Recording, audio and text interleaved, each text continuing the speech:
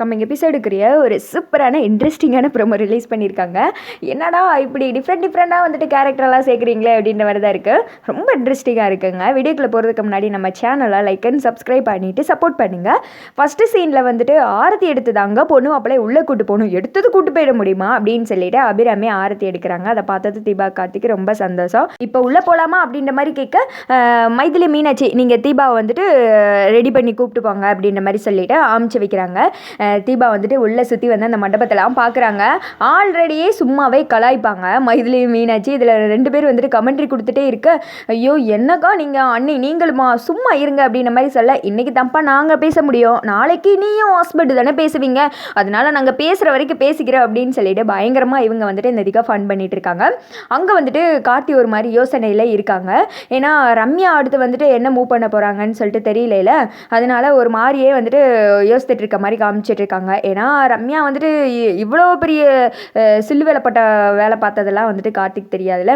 இங்கிட்டு வந்துட்டு ஐஸ்வர்யா வேற சேஞ்ச் பண்ணிட்டாங்க. சும்மாவே வானத்தை போலவே இவங்க வந்துட்டு பயங்கர ஆக்டிங் தான். இதில் வந்துட்டு வில்லியா வேற வந்திருக்காங்க.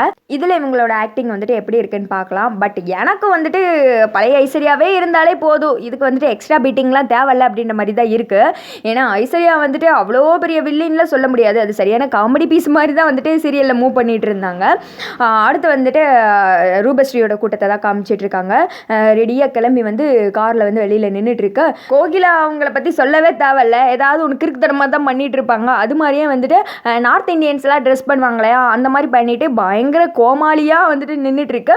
அதை பார்த்து ரூபஸ்ரீ கேட்குறாங்க, என்ன பாட்டி இது வேஷம் அப்படின்ற மாதிரி சொல்ல, சை என்னடி நீ இன்னும் அந்த கிராமத்துக்காரங்க பட்டிக்காடு மாதிரி வேஷம் போசம்னு சொல்லிக்கிட்டு இருக்க, கிட்டப்புன்னு நல்ல ஸ்டைலாக சொல்ல அப்படின்ற மாதிரி சொல்ல, ஐயோ என்ன கருமாந்திரமோ, இதெல்லாம் தேவையா, இதெல்லாம் போட்டால் நம்மளை கண்டுபிடிச்சிட மாட்டாங்களா அப்படின்ற மாதிரி சொல்ல, கண்டுபிடிக்கக்கூடாதுந்தாண்டி இப்படிலாம் போட்டுட்டு இருக்கேன், அது மட்டும் கிடையாது கல்யாணத்துக்கு போகும்போது நம்மளும் கொஞ்சம் டிஃப்ரெண்ட்டாக போகணும், அப்போ தாண்டி நம்மன்னு சொல்லிட்டு யாருக்கு தெரியாது அப்படின்ற மாதிரி சொல்ல, ஐயோ இப்போ வேஷம் கோசம்லாம் விடுங்க, இப்போ அதுவா முக்கியம், நம்ம எப்படி வந்துட்டு பிளானை நடத்த போகிறோம் அதை பற்றி பேசுங்க புரியுதா, சும்மா வந்துட்டு சின்ன பிள்ளை மாதிரி சண்டை போட்டுட்டு இருக்காதீங்க, முதல்ல தீபாவும் மண்டபத்தை விட்டு வெளியில் தூக்கிட்டு வரணும், அதுக்கு வந்துட்டு என்ன பண்ணலாம் அப்படின்ற மாதிரி சொல்ல, அதெல்லாம் நம்ம பண்ணவே தேவையில்ல ஐஸ்வர்யா, அதுக்கெல்லாம் ஆள் ரெடியாக இருக்குது, அதை செய்கிறதுக்குன்னே ஆட்கள் சுற்றி திரியிறாங்களே அப்படின்ற மாதிரி சொல்ல, மறுபடியும் ஒரு 7.5 எழுத்து விட்டுறாதீங்க, அது யார் அப்படின்ற மாதிரி கேட்க, அதோ பார் அப்படின்ற மாதிரி சொல்ல, அப்படியே கால்லேருந்து ஃபோக்கஸ் பண்ணி கொண்டு போகிறாங்க.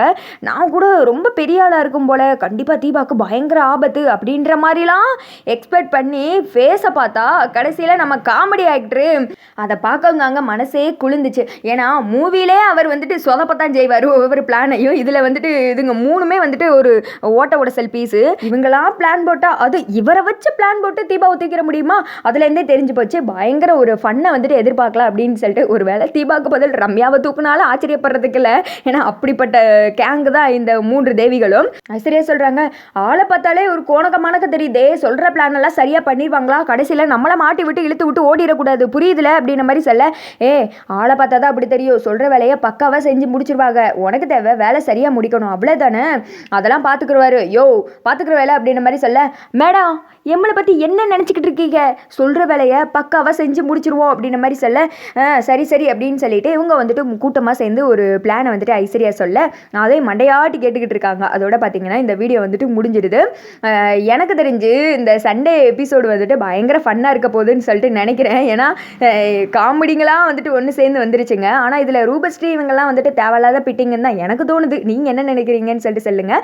பட் எனக்கு இதெல்லாம் இம்பார்ட்டன்ட் கிடையாது. கார்த்தி வந்துட்டு தீபா கிட்ட எப்படி லவ் ப்ரப்போஸ் பண்ண போகிறாரு, அப்போ அவரோட ஃபேஸ் எப்படி இருக்குன்னு பார்க்குறதுக்கு தான் நான் வெயிட் பண்ணிட்டு இருக்கேன். நீங்கள் என்ன பண்ணுவீங்கன்னு சொல்லிட்டு கமெண்ட் பண்ணுங்க.